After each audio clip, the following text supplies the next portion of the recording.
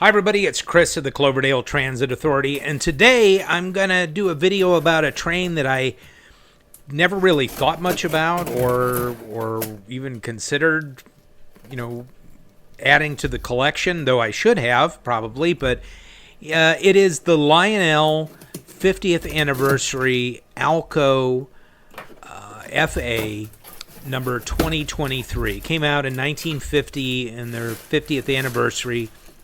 And my dad found this in the basement, this yellow Union Pacific Alco, and he said, "Oh, hey, here, would you like this?" And I said, "Sure." He goes, "I can't get it to run."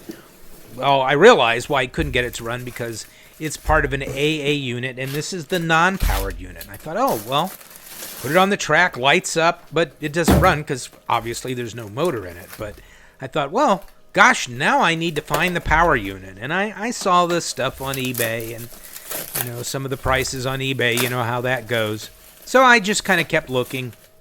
And then one day I happened to see a silver version of the same locomotive that came in an AA set. In 1951, they did a version in silver. So the yellow in 50, silver in 1951. And it was really inexpensive. And it was a power unit. And I thought, well, maybe I could get that and I could, kind of swap some shells around and see if I could find another yellow shell. And so I did that. And so as I'm unwrapping this box, you'll see the silver version in here. But also, my friend Kyle, who owns Beltline Hobbies, is a sponsor of the channel. He happened to have a non-powered unit, the yellow Union Pacific, sitting on the shelf, really dirty, beat up, just shoved on the shelf with all these other locomotive pieces. And so I said, "Hey, I'm gonna get this." He didn't even know he had it. He was like, "Where did you get that?" I'm like, "It's been sitting over on the shelf." So I picked it up and I brought it home and opened it up, and boy, it was really dirty. It stripped it all down. And there was some wiring issue in there. Really just had a wire going to the headlamp. And so I fixed that and cleaned it up somewhat. Still not quite as clean as the other yellow one.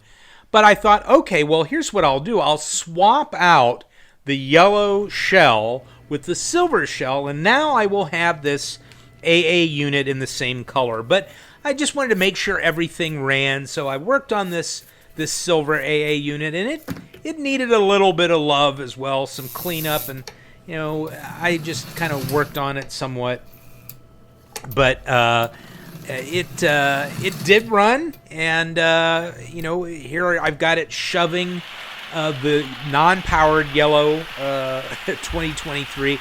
So this interesting thing, and I kind of wanted to know what you guys thought. As I was putting this together, I happened to read that somebody was saying, "Hey, I always shove my non-powered units with the power unit. I never pull them." And I thought, well, that's weird. I never thought about that. I've always just pulled a non-powered unit like it was another car, and with the powered unit. I never shoved it, pretending that non-powered unit was actually pulling everything. And so I read that, and I thought, well, I'll give that a try. But I'm kind of curious as to why. So back to the non-power unit, the second non-power unit that I picked up at Beltline Hobbies. And I had to really do some cleaning, and just kind of take everything apart. And then also some wiring. Now there is a wire that goes to the power coupler. I've never really been concerned about that stuff, but I did want the wiring going to the headlamp.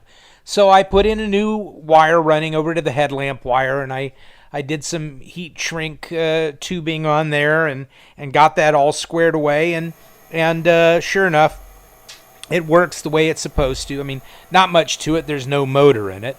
But the one other thing that I wanted to address in there was this weird bump that appears on those particular locomotives from heat, and it sort of expands the shell. Now, I don't know why it would expand the shell on a non-power unit, but it seems like that's the case, unless somebody out there has more information on that. So I had a little trick that I read about that I wanted to apply to this. And that is to take a little bit of tinfoil, a couple layers of tinfoil, and apply them to the inside of these shells where the deformity has been happening over the years. And I'm going to put it on all of the shells because I don't know where I'm going to mix and match these things. So I've already installed one of the strips, but the second strip, I'm just kind of showing you. Just cut it so it fits inside the locomotive. And then I take it over here and I put a little dry mount spray glue on here. This is glue. Strong stuff. And then I just stick it right inside the locomotive. And that gives it a double layer to kind of, again, mitigate that deformity that's being caused by heat. I don't know. Bad design by Lionel. I don't know what caused it. Okay, so now what we're going to do is we're going to switch one of these shells around. This is the power unit.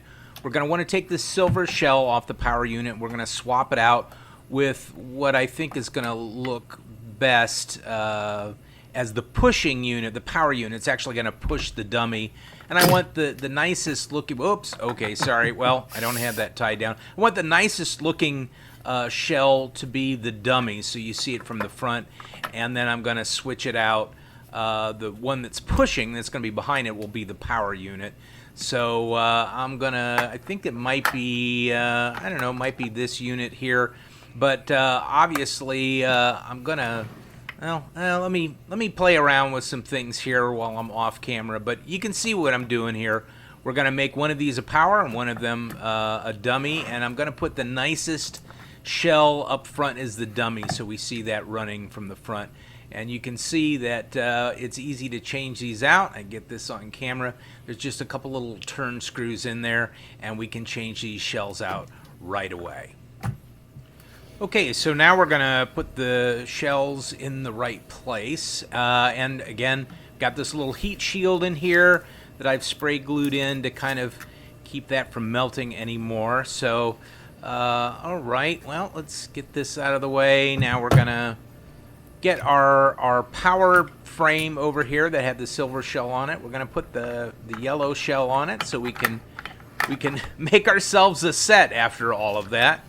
And this is pretty easy to put these back on. There's a little tab that turns in there, if I can focus that.